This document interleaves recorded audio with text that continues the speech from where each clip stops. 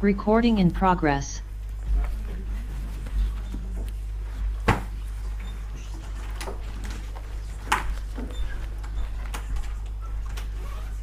Bonjour à chacun. Je vous propose de continuer dans le livre de Daniel, le chapitre 3. J'ai appelé le message « Le roi récidive, l'Éternel délivre ». On va lire déjà le début du chapitre 3 jusqu'au verset 12 déjà pour commencer. Le roi Nabuchodonosor fit une statue d'or haute de 60 coudées et large de 6 coudées. Il la dressa dans la vallée de Dura, dans la province de Babylone. Le roi Nabuchodonosor fit convoquer les satrapes, les intendants, les gouverneurs, les conseillers, les trésoriers, les jurisconsultes, les juges et tous les magistrats des provinces pour qu'ils se rendent à la dédicace de la statue qu'avait élevée le roi Nabuchodonosor.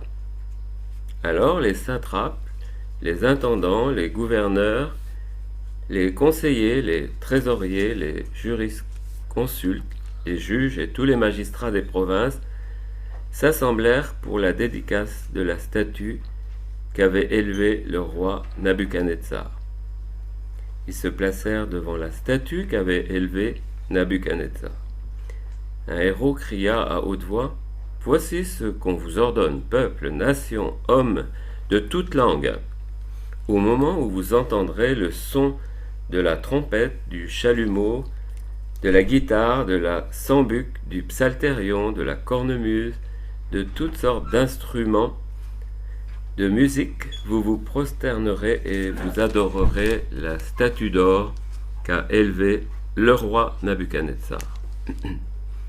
Quiconque ne se prosternera pas et ne l'adorera pas sera jeté à l'instant même au milieu d'une fournaise ardente. C'est pourquoi, au moment où tous les peuples entendirent le son de la trompette, du chalumeau, de la guitare, de la sambuc, du psalterion et de toutes sortes d'instruments de musique, tous les peuples, les nations, les hommes de toute langue se prosternèrent et adorèrent la statue qu'avait élevée le roi Nabuchodonosor. À cette occasion, dans le même temps, quelques Chaldéens s'approchèrent et accusèrent les Juifs. Ils prirent la parole et dirent au roi Nabuchodonosor : « Ô roi, vis éternellement. Tu as donné un ordre d'après lequel tous ceux qui entendraient le son de la trompette, du chalumeau, de la guitare et de la sambuc, du psalterion, de la cornemuse et de toutes sortes d'instruments devraient se prosterner et adorer la statue d'or, et d'après lequel quiconque ne se prosternerait pas et ne l'adorerait pas serait jeté au milieu d'une fournaise ardente. Or, il y a des Juifs à qui tu as remis l'intendance de la province de Babylone, Shadrach, Meshach et Abednego, hommes qui ne tiennent aucun compte de toi, ô roi. Ils ne servent pas tes dieux et ils n'adorent point la statue d'or que tu as élevée. » Donc, en introduction, j'ai pensé à qu'on vit tous des situations dans nos vies où il y a un renversement total de situation et souvent des choses positives dans ce renversement. On est dans une situation... j'ai connu une situation où on avait déjà 5 enfants et je me suis retrouvé en quelque sorte au chômage. Enfin, au chômage, j'ai jamais été au chômage, mais en recherche d'emploi en tout cas. Et quand c'est arrivé, je considérais que le licenciement était injuste. Et en lisant le psaume 86, j'avais reçu ce verset 86-17 : « Opère un signe en ma faveur, que mes ennemis le voient et soient confus, car tu es mon secours et tu me consoles, ô Éternel. » Donc le renversement de situation, c'était que j'ai fait confiance au Seigneur. Je pense que c'est ce qui a permis ce renversement. Et j'ai obtenu un autre travail dans lequel je suis resté longtemps, par la grâce de Dieu. Donc la Bible est remplie de ce genre de scénario, avec un retournement de situation improbable. On connaît l'histoire de Joseph. David a connu beaucoup de... Je pense à David à Tsiklag. C'est dit qu'il retrouva tout, alors qu'il avait complètement tout perdu, même sa famille, la famille de ses compagnons, tout était le butin, tout était perdu, et il retrouva tout. C'est dit qu'il mit sa confiance, il reprit courage en mettant sa confiance en Dieu. Vous connaissez tout cela.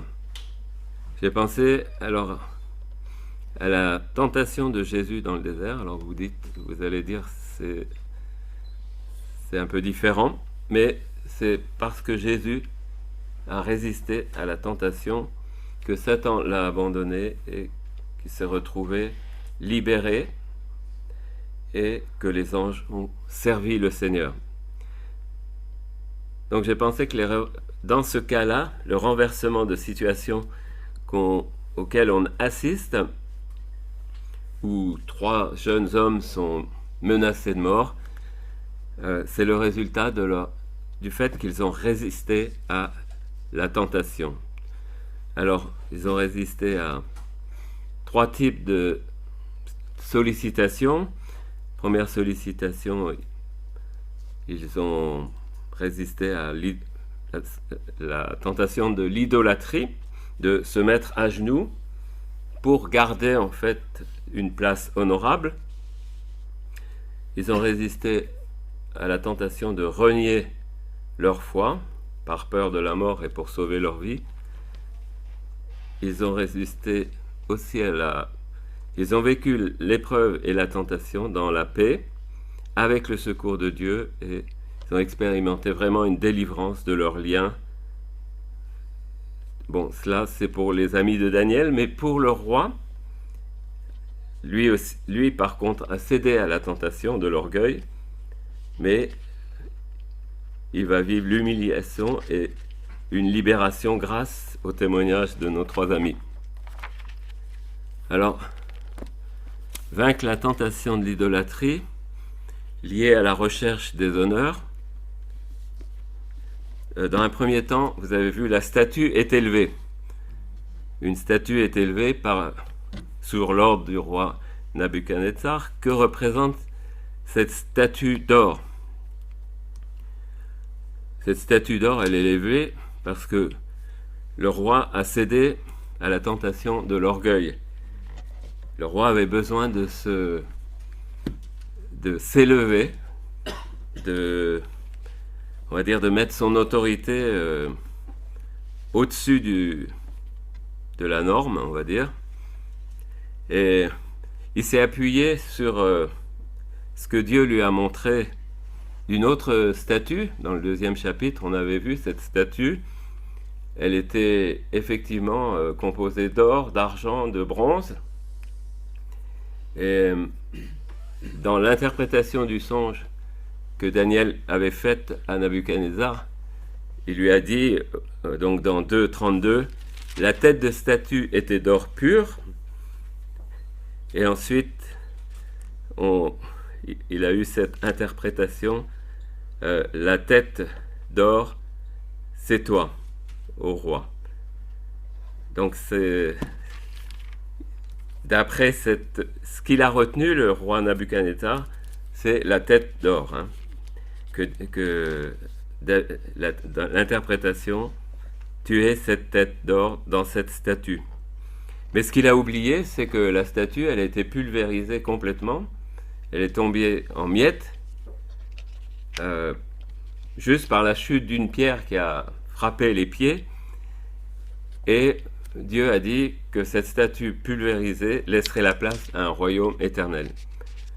Donc, le roi Nabuchodonosor, motivé par son orgueil, a retenu cette image d'une tête d'or qui allait être pulvérisée, mais ça il a oublié. Donc la statue d'or qu'il fait élever devient une sorte, on connaît les hologrammes, hein. Ça c'est, j'ai regardé justement, j'avais oublié, et puis j'ai vu sur internet une mise en scène de quelqu'un qui utilise les hologrammes, et c'est vraiment motivé par le culte de la personnalité, l'orgueil. Donc la statue d'or, ça fait penser à... Actuellement, il y a des dictateurs dans le monde, en Corée du Nord par exemple, où les gens sont obligés, s'ils passent devant la statue du dictateur, alors je ne sais plus ce qu'ils doivent faire, s'ils doivent fléchir la tête ou en tout cas montrer un signe de vénération. Et il y a d'autres pays comme le Turkménistan, tout ça. Donc ça existe encore. Et ça a existé... on sait même, du temps des premiers chrétiens, les premiers chrétiens, ils ont été persécutés simplement parce qu'ils devaient offrir de l'encens devant l'image de l'empereur, et ils refusaient de le faire, et au risque d'être jetés dans l'arène, soit au lion, soit au gladiateur. En tout cas, ça existe encore, ça a existé. Et c'est c'était ce à quoi les 3 compagnons de Daniel ont eu à faire face, une tentation de fléchir le genou devant le culte de la personnalité du roi. En le faisant, c'était une garantie que leur fonction d'administrateur qu'ils avaient reçue, vous avez remarqué au verset 49, Daniel pria le roi, c'est dans le chapitre 2, de remettre l'intendance de la province de Babylone à Shadrach, Meshach et Abednego. Donc ils avaient reçu cette fonction honorable d'administrateur de la province de Babylone, et en fléchissant les genoux devant cette statue, c'est une garantie qu'ils allaient rester dans leur poste, garantie de sécurité financière, honorabilité. Donc on voit que le roi a convoqué les administrateurs. On s'est parlé aussi des conseillers. Les conseillers, c'était peut-être aussi les mages. Mais il n'est pas parlé des mages, des chaldéens, des astrologues et tout ça dans cette convocation. Daniel, lui, avait été nommé le chef des sages de Babylone. Ça, on le lit aussi dans le chapitre 2, verset 48. C'est dit que Daniel avait été établi chef suprême de tous les sages de Babylone. Mais Daniel n'est pas là, il est absent de cette scène de tentation d'adorer cette statue. Donc, l'enjeu, fléchir le genou ou ne pas fléchir le genou devant cette grande statue. Les honneurs, seront la part de tous ces administrateurs, puisqu'à travers cette statue, c'est l'empereur qu'ils vont adorer, honorer. On va dire au fond rien de grave. On peut bien fléchir le genou et rester tranquille. L'ambiance était même agréable puisque c'était au son de la musique. Alors pourquoi gâcher la fête en ne fléchissant pas le genou?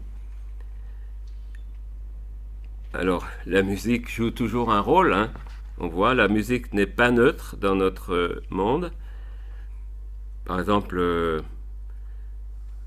vous le savez ou pas, un beau morceau de musique qui s'appelle La Flûte enchantée de Mozart a été commandé par sa loge maçonnique qui était adoratrice de l'être suprême. Donc voilà, la musique dans ce passage joue un rôle pour amener les gens à adorer une personnalité, un homme, le roi Nabuchodonosor, par statut interposé. Bon, on peut souligner que pour nous, la musique, elle nous sert, hein. On s'en sert, on l'utilise, mais dans un tout autre but, pour adorer notre Dieu.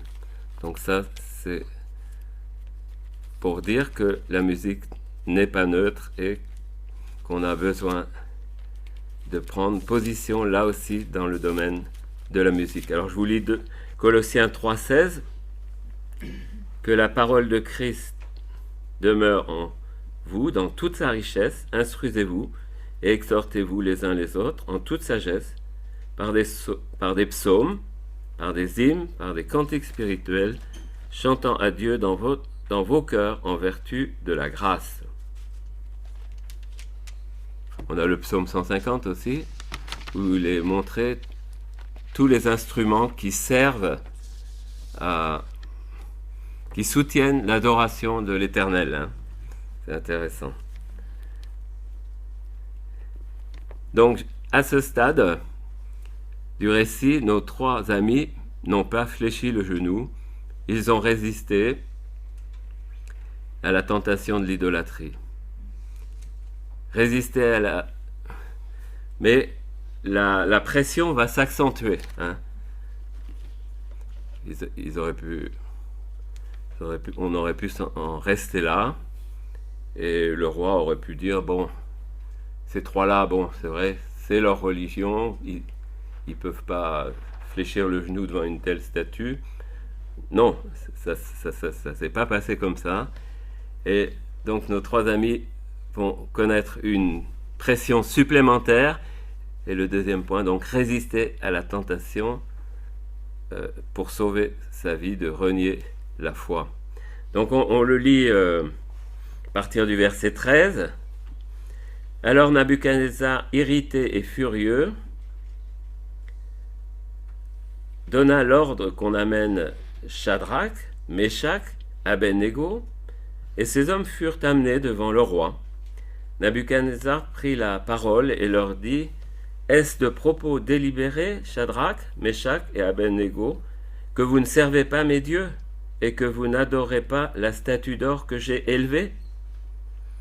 Maintenant tenez-vous prêts, et au moment où vous entendrez, alors c'est répété, hein, le son de la trompette, du chalumeau, de la guitare, de la sambuc, du psalterion et de la cornemuse, de toutes sortes d'instruments, on pourrait dire instruments symphoniques, hein, vous prosternerez et vous adorerez la statue que j'ai faite. Si vous ne l'adorez pas, vous serez jetés à l'instant même au milieu d'une fournaise ardente, et quel est le Dieu qui vous délivrera de ma main? Shadrach, Meshach et Abednego répliquèrent au roi Nabuchodonosor, nous n'avons pas besoin de te répondre là-dessus. Voici notre Dieu que nous servons peut nous délivrer de la fournaise ardente, et il nous délivrera de ta main, ô roi. Sinon, sache, ô roi, que nous ne servirons pas tes dieux, et que nous n'adorerons pas la statue d'or que tu as élevée.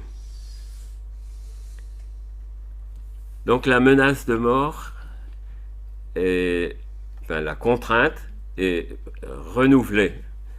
Donc au verset 6, c'était déjà affirmé, quiconque ne se prosternera pas et ne l'adorera pas sera jeté à l'instant même au milieu d'une fournaise ardente. À l'instant même, ça suppose que la fournaise était allumée quand même. Les gens qui étaient là, ils ont dû se demander au départ, il y a la statue, il y a une fournaise, pourquoi? Là, c'est bien précisé, hein, le risque, il est énorme et il est immédiat. Menace de mort, absence de liberté, ce que de la personnalité a beau se faire en musique, il est sous la contrainte et toute l'administration est entraînée, ainsi que tout le peuple, toute nation confondue. Les nations, ils avaient aussi leur... chacun a sa religion. Pourquoi on contraindrait d'autres nations à adorer une statue, une nouvelle... est-ce que c'est une nouvelle religion? Est-ce que... Voilà. Bon, la peine encourue, c'est la fournaise ardente. Le roi réitère, hein, verset 15, vous serez jetés à l'instant même au milieu de la fournaise ardente. Il n'y a aucun doute possible. S'il le dit, c'est qu'il va le faire. Les Chaldéens, eux, accusent. Donc les Chaldéens, ça correspond aux astrologues, conseillers du roi, mais vraiment dans le domaine religieux. Et les Chaldéens dénoncent, verset 8 et verset 12, on l'a lu, « Or, il y a des Juifs à qui tu as remis l'intendance de la province de Babylone, Shadrach, Meshach et Abednego, qui ne tiennent aucun compte de toi au roi. » Et il rappelle la sanction qu'ils méritent. Tu as dit qu'ils allaient être jetés dans la fournaise. Donc c'est vraiment, la pression devient maximum. Nos 3 amis peuvent vraiment craindre pour leur vie. Ils ont déjà fait leur choix. Ils ont refusé de fléchir le genou, d'adorer la statue. C'est une saine résistance. Mais ils ont été dénoncés, repérés. Et un tribunal se met en place. Alors c'est un tribunal d'exception, parce que dans ce tribunal, le juge, l'avocat, il n'y a qu'une personne qui est dans le tribunal. La seule personne, c'est Nabuchodonosor. Là, il y a une réunion de tous les pouvoirs. Et le juge, il y a un procès. Nabuchodonosor prend la parole, pose une question. Est-ce de propos délibérés, Shadrach, Meshach et Abednego, que vous ne servez pas mes dieux et que vous n'adorez pas la statue d'or que j'ai élevée? Voilà, il pose une question comme un procureur le ferait dans un tribunal. Et on a... Voilà, il n'y a pas tellement de... ce qui est bien, c'est que nos amis vont répondre. C'est quand même... Ils ont la possibilité de répondre. Mais le jugement est prononcé par le roi lui-même. Il a demandé si la désobéissance civile était bien volontaire. Il redonne une possibilité d'obéir, mais toujours sous la menace de mort. Au verset 15, on l'a déjà dit. Le roi promet de faire une application de la peine immédiatement. Donc on va dire que c'est une comparution immédiate, une procédure accélérée. Il a juste... Et il dit qu'il va mettre même la fournaise, il ordonne que la fournaise soit chauffée encore plus forte. Donc nos 3 amis, ils ont la réponse de la foi au roi. Vous avez remarqué au verset 16, la réponse de nos amis est sans appel. Et on peut souligner vraiment la deuxième partie de leur réponse. Elle ne peut pas être plus affirmative. Dans la dernière partie de leur réponse, il dit, leur position elle est nette, nous ne servirons pas tes dieux et nous n'adorerons pas la statue que tu as élevée. Donc il y avait déjà des dieux à Babylone. Il y avait le temple de Marduk au centre-ville. Mais là il s'agit d'un nouveau culte. Alors ils disent, mais même pour ce nouveau culte, il n'est pas question que nous adorions cette statue. Alors ils complètent dans leur réponse, bien sûr, ils disent, même si notre Dieu ne souhaite pas nous délivrer de l'épreuve pour le moment, il est tout à fait capable de le faire. Et ils disent, de toute façon, il nous délivrera de ta main, ô roi. Il y a une hardiesse de la foi qui est remarquable. Ils peuvent penser soit vivant, soit mort, il nous délivrera de ta main. La foi de nos 3 amis leur permet de résister à la tentation du reniement de leur Dieu, de l'Éternel. Alors, leur foi est prête à accepter même les tourments de la fournaise. Ça ressemble à Hébreux 11, 34. Leur foi est même prête à ne pas accepter la délivrance. Et leur foi est victorieuse. Elle leur permet de résister aussi à la fureur du roi. Donc verset 13, vous remarquez, Nabuchodonosor, irrité et furieux, donna l'ordre qu'on amène Shadrach, Meshach et Abednego. Et au verset 19, c'est redit, Sur quoi Nabuchodonosor fut rempli de fureur, il changea de visage en tournant ses regards contre Shadrach, Meshach et Abednego. Et c'est là qu'il reprend la parole et ordonne de chauffer la fournaise 7 fois plus qu'il ne convenait. Donc la fureur du roi, elle est telle qu'elle ne tient même pas compte des soldats qui sont chargés de jeter les... Donc on va lire du verset 19 à la fin. Sur quoi Nabuchodonosor reprit la parole, il ordonna de chauffer la fournaise 7 fois plus qu'il ne convenait, puis il commanda à quelques-uns des plus vigoureux soldats de son armée de lier Shadrach, Meshach et Abednego, de les jeter dans la fournaise ardente. Ces hommes furent liés, vêtus de leurs caleçons, de leurs tuniques, de leurs manteaux, de leurs autres vêtements, et jetés au milieu de la fournaise ardente. Comme l'ordre du roi était sévère, et que la fournaise était extraordinairement chauffée, la flamme tua les hommes qui y avaient jeté Shadrach, Meshach et Abednego. Et ces 3 hommes, Shadrach, Meshach et Abednego, tombèrent liés au milieu de la fournaise ardente. Alors le roi Nabuchodonosor fut effrayé et se leva précipitamment. Il prit la parole et dit à ses conseillers, « N'avons-nous pas jeté au milieu du feu 3 hommes liés ?» Ils répondirent au roi, « Certainement, au roi. » Il reprit et dit, « Eh bien, je vois 4 hommes sans lien qui marchent au milieu du feu et qui n'ont point de mal. Et la figure du 4e ressemble à celle d'un fils de Dieu. » Ensuite, Nabuchodonosor s'approcha de l'entrée de la fournaise ardente et, prenant la parole, il dit, « Shadrach, Meshach, Abednego, serviteurs du Dieu suprême, sortez et venez. » Et Shadrach, Meshach, Abednego sortirent du milieu du feu. Les satrapes, les intendants, les gouverneurs et les conseillers du roi s'assemblèrent. Ils virent que le feu n'avait eu aucun pouvoir sur le corps de ces hommes, que leurs cheveux n'avaient pas été brûlés, que leurs caleçons n'étaient point endommagés, que l'odeur du feu ne les avait pas atteints.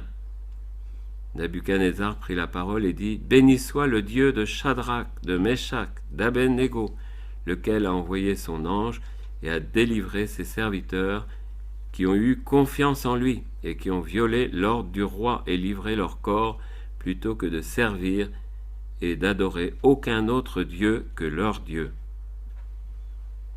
Voici maintenant l'ordre que je donne. Tout homme, à quelque peuple ou nation ou langue qu'il appartienne, qui parlera mal du Dieu de Shadrach, de Meshach et d'Abednego, sera mis en pièces et sa maison sera réduite en état d'immondice, parce qu'il n'y a aucun Dieu qui puisse délivrer comme lui. » Après cela, le roi fit prospérer Shadrach, Meshach et Abednego dans la province de Babylone. Donc ils doivent affronter la fureur du roi, une fureur telle que les soldats ne sont même pas considérés. On a parlé de l'esclavage et tout ça, de tel type d'oppression existe depuis toujours.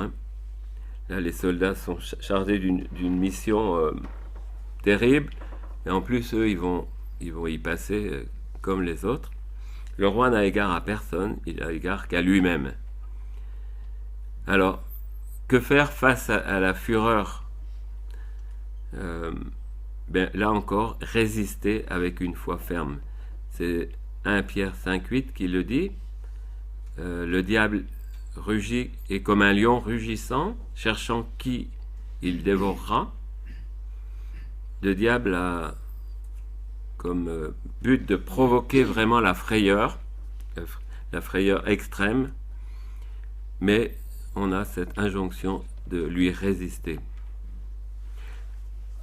La résistance de nos amis se manifeste par leur répartie, au verset 16.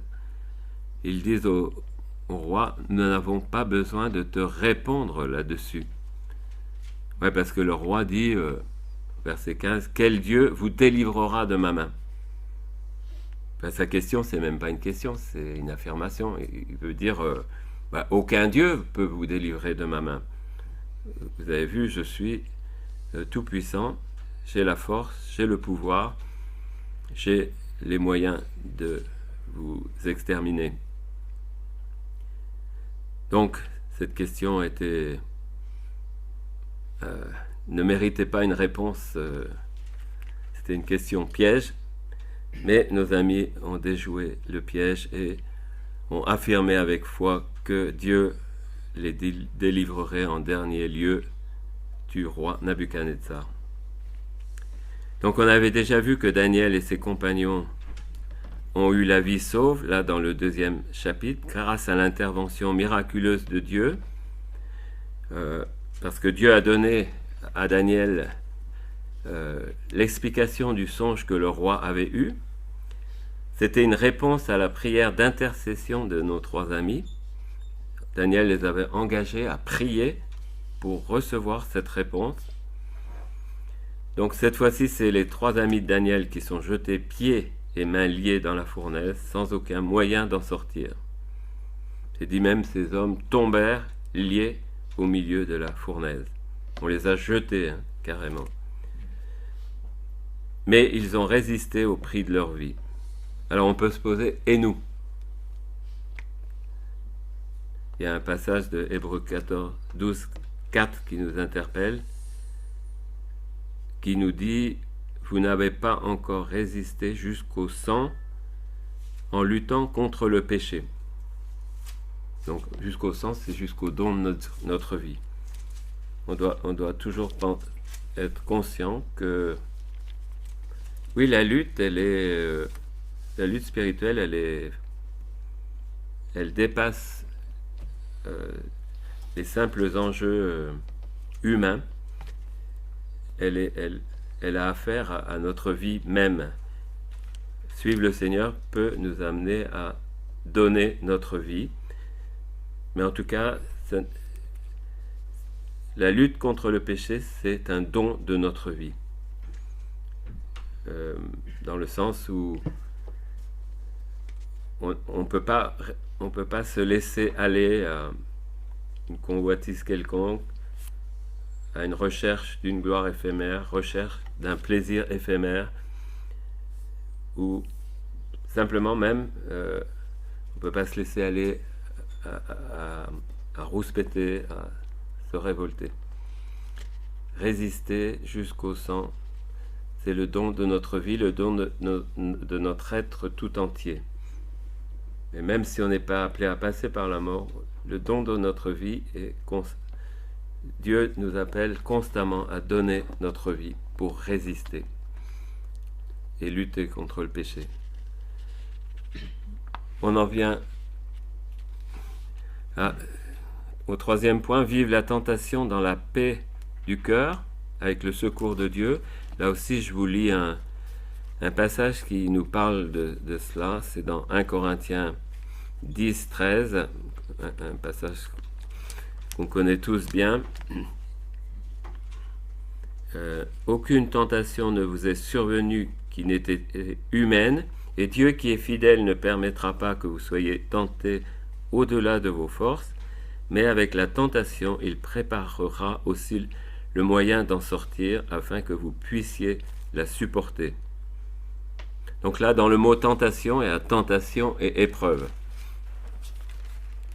Dans l'épreuve, on est tenté de lâcher prise, d'abandonner la lutte. L'épreuve que nos 3 amis connaissent aurait dû les réduire à l'impuissance, à la mort. Et c'est le contraire qui se passe, c'est dans la fournaise même qu'ils expérimentent une liberté insoupçonnée. Dans cette fournaise, ils ne sont pas simplement statiques, vous avez remarqué, il y a cette précision. Le roi Nabuchodonosor, on voit, il jette l'œil là, qu'est-ce qui se passe là maintenant? Ils vont y passer là. Et il dit, je vois 4 hommes sans lien. Donc les liens qu'ils avaient aux mains, aux pieds, et ils marchent au milieu du feu. La liberté, elle est totale. Ils marchent, ils sont comme des poissons dans l'eau. On va dire, c'est un peu exagéré, mais c'est exactement ce qui se passe. Et moi, je trouve c'est très encourageant de voir que quelque épreuve que Dieu nous prépare, même des petites épreuves, on peut les vivre avec cette liberté, cette façon de marcher au milieu du feu, de toutes sortes de choses qui arrivent, qui sont désagréables de prime abord, mais on peut les vivre dans une vraie liberté, dans la présence toute proche de Dieu. Alors là, il y a quelqu'un qui intervient, un quatrième personnage. La présence de Dieu, elle est illustrée, non seulement elle est illustrée, mais elle est réelle dans la figure du quatrième personnage. Et Nabuchodonosor dit qu'il a l'aspect, c'est lui qui le décrit, hein, il a l'aspect d'un fils de Dieu. Pour nous, on sait que c'est le Fils de Dieu. C'est vraiment une préfiguration de Christ. Et cela nous fortifie dans l'idée que Dieu peut et veut faire de même pour nous dans nos épreuves et tentations. Le constat des magistrats est formel, à la sortie même du feu. Donc dans le feu, il y a une pleine liberté, mais à la sortie du feu, il n'y a pas de sévice physique sur le corps, sur les cheveux, pas de brûlure, pas même d'odeur de fumée et de feu sur les vêtements. Donc une protection totale, absolue de notre Dieu. Donc ça doit nous encourager, quel soit le type d'épreuve que nous allons traverser, petite ou grande.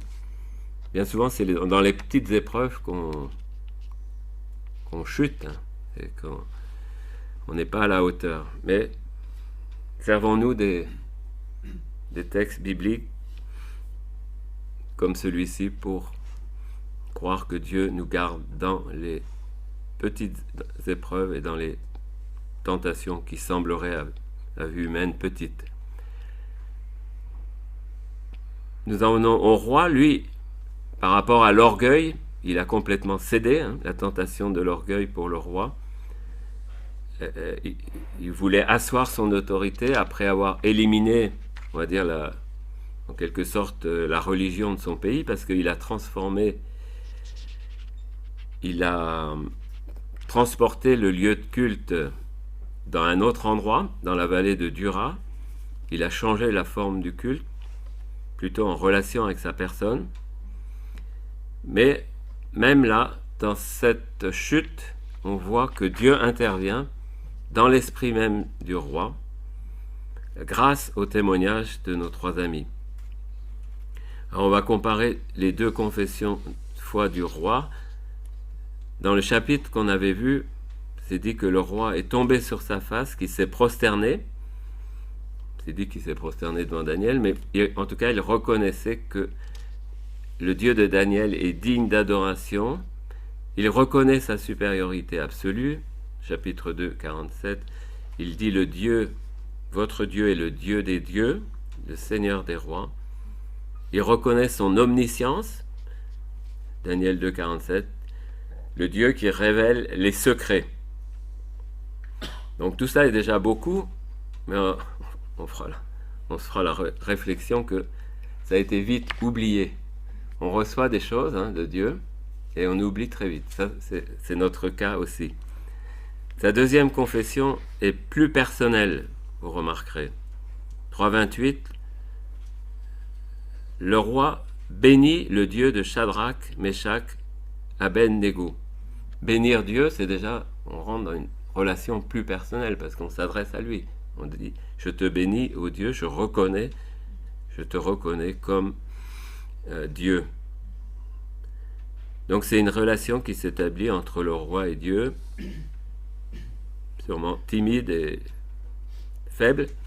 Ce n'est plus seulement une connaissance qu'il a reçue sur la personne de Dieu, un secret révélé, une connaissance théologique, mais une connaissance en lien avec le témoignage de ses serviteurs, Shadrach, Meshach et Abednego. Le roi constate, verset 28 du chapitre 3, que ses serviteurs étaient prêts à donner leur vie pour leur Dieu.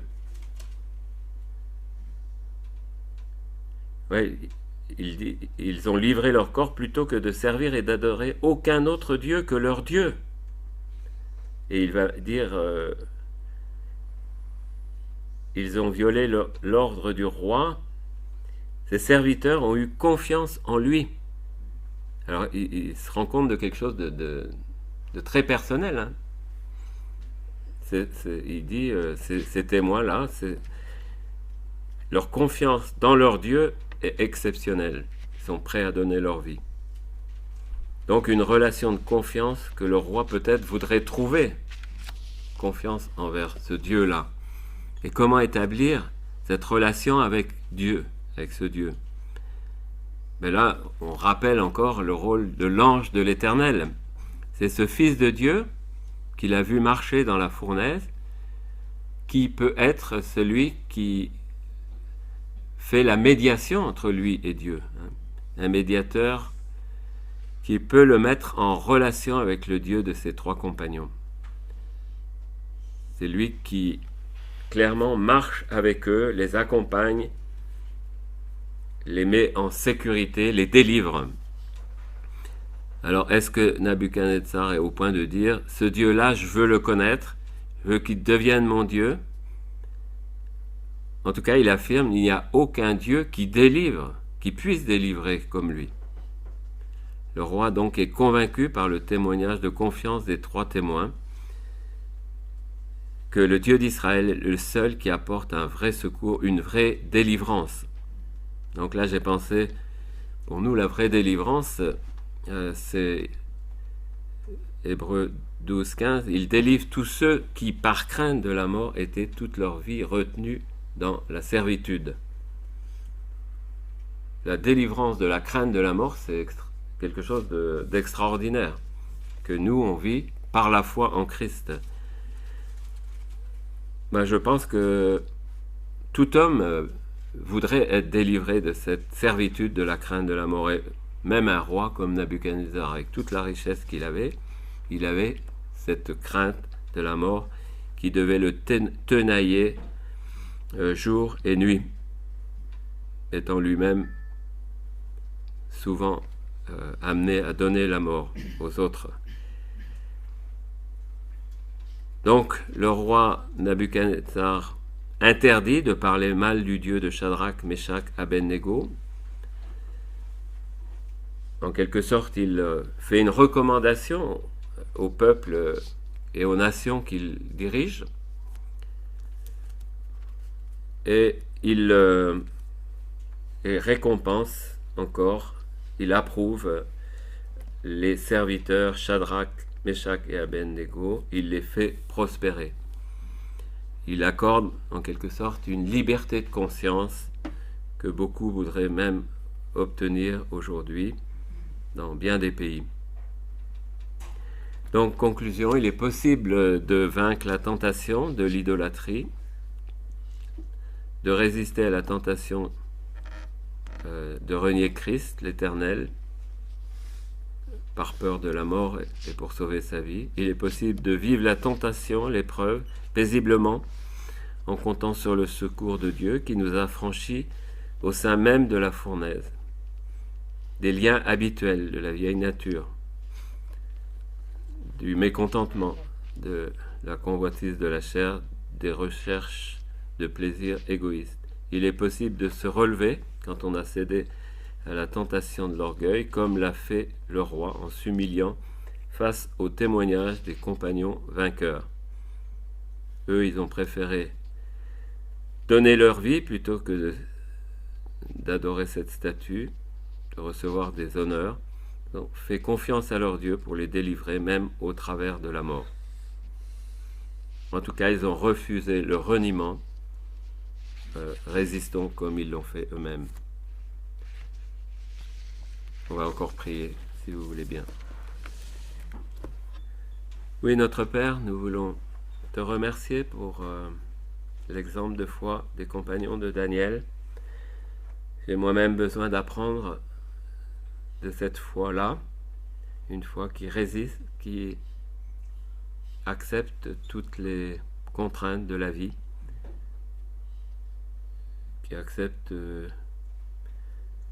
d'être maltraité dans certaines, mal compris dans certaines circonstances de la vie, tout simplement, et qui accepte de te glorifier quoi qu'il en coûte.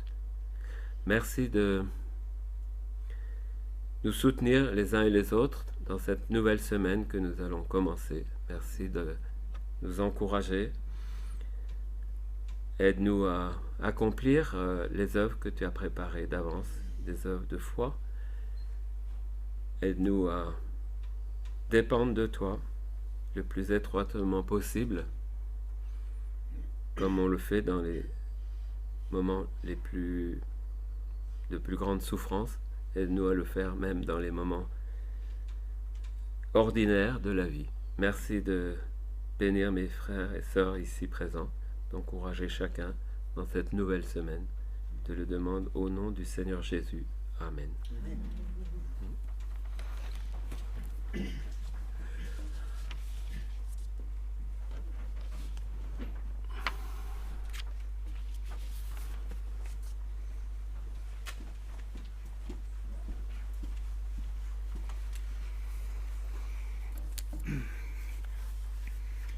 Merci Jacques pour le message. Donc on va passer aux annonces déjà pour cet après-midi. Donc on a la confession de foi, l'étude biblique qu'on fait ensemble en groupe. Donc la dernière fois, je pense qu'on était 10 à peu près. Ça s'est très bien passé, on était très enrichis. Donc si vous pouvez rester cet après-midi, voilà, ce sera avec plaisir qu'on pourra étudier ensemble. Donc juste pour rappel, c'est pouvoir relire ensemble la confession de foi de l'Église et la traverser, l'analyser pour se mettre au point, voilà, sur nos croyances. Donc mercredi, voilà, il y aura une réunion de prière qui sera conduite par...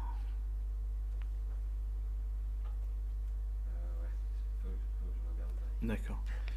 Donc on vous tiendra au courant. Il y a eu des modifications, je l'ai noté, mais c'est une modification. Ok. Ce vendredi, la réunion de prière pour les dames, donc chez Dorly. Ok. Avec donc toujours l'évangélisation au marché du sel. Tac, tac, tac. Et puis ce samedi, je vois qu'on a aussi la formation pour les responsables. Donc à 15h, Jacques? Alors samedi, ouais. À 14h30. On a marqué 14h30. 14h30. Oui, parce que donc samedi prochain, on aura aussi... non, mais de toute façon, on va commencer le matin, là. Pour la journée du travail, en gros? Ok. On va commencer le matin, donc... Ouais, il faut donner une heure. Bah, 9h, je pense, oui. Rendez-vous à 9h et puis on peut manger ici. Non, mais le matin, on aura déjà fait pas mal. Oui, ok. Et mercredi, ils ont prévu de faire une distribution dans le Cantal. Ok. Ouais. D'accord. Alors, ça fait l'heure, rendez-vous ici mercredi. L'habitude, on fait 8h ici. On peut venir un peu avant pour charger. Et après, on passe à l'église de bord à 8h30 pour prendre les frères et sœurs qui veulent venir à bord. Et ce soir, il y a Clémence, anciennement Clémence de Bernard, qui est Ok, d'accord. Il y a encore une annonce. On aimerait faire une commande à la maison de la Bible. Oui. On a besoin de certaines choses pour l'expo. Et si quelqu'un voudrait profiter de cette commande pour commander quelque chose personnellement, vous pouvez le dire dans la semaine. Dans la semaine le plus vite possible. D'accord. Ok.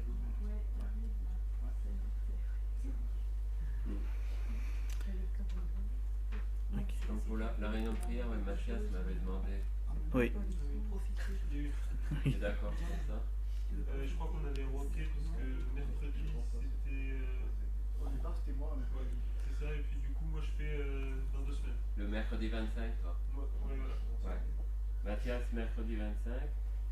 Et Mercredi là, 18, Jacques. non, c'est- Mais moi, je suis pas là, c'est pour ça que. Voilà. Il n'est pas là, mais bon, il aura une chance. Pour ça. Ok. J'anticipe aussi peut-être un peu beaucoup. Donc, mercredi 25, je vois qu'on a le conseil d'église. Donc, le conseil d'église qui est ouvert à tout le monde. Hein. Oui, il me semble que c'est ça. Donc, Mais c'est surtout pour finaliser le programme. Ouais. ouais. Voilà. Mais donc, Après, s'il y a des gens qui ont des projets, hmm. ma formation responsable aussi, ouais. Et conseil d'église. Voilà, donc mercredi 25, il y aura le conseil d'église. Juste, voilà, s'il y a des personnes qui ont des choses à proposer, vous pouvez y réfléchir en avance. Voilà. Ok. Alors, c'est pas une annonce, mais je pense bon, on peut prier spécialement aussi pour Clémence aussi. Voilà. Donc, dernière ligne droite. On a nos jeunes aussi qui ont le bac et le brevet. Voilà, bon, il y en a qui ont déjà passé les épreuves.